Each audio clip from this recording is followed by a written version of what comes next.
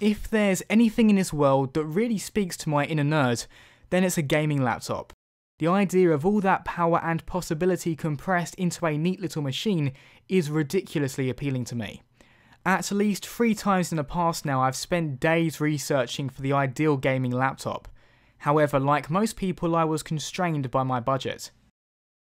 And so in this video, I'm going to be going through the most essential features of a gaming laptop, as well as the ones you can afford to compromise on.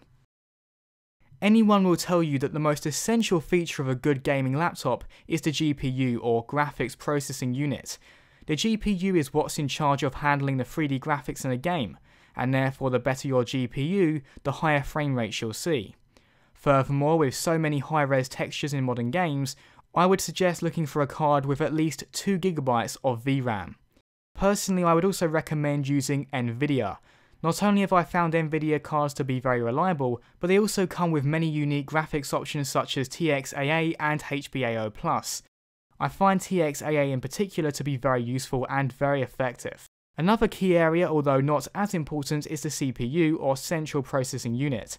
Certain games such as StarCraft 2 can be very CPU dependent. It's always a risk to cheap out on a CPU, as you put yourself at the risk of bottlenecking. My recommendation would be the i5 Intel processor. Yes, the i7 is more powerful, however for gaming you can probably get away with an i5 in most cases.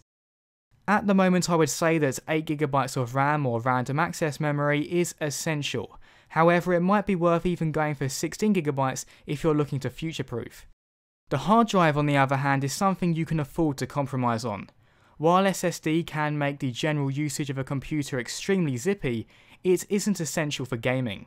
Although you would notice a difference in load times, frame rates would be hardly affected if at all. If you are looking to save a bit of money, I would recommend a conventional spinning hard drive. The screen on a gaming laptop can be looked at in 2 ways.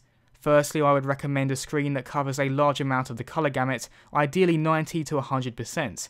I've been using a 99% colour gamut screen for a few months now, and it really makes the colours in games pop, without any impact on the frame rate.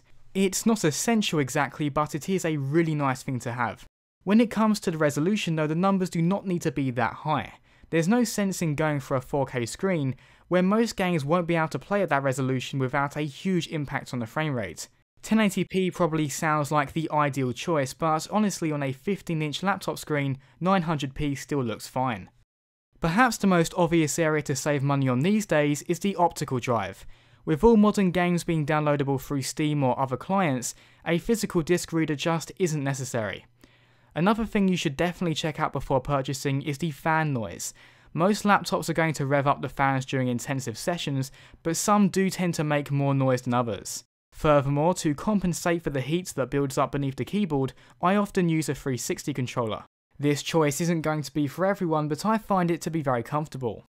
Finally, you have to consider what games you want to play on your laptop.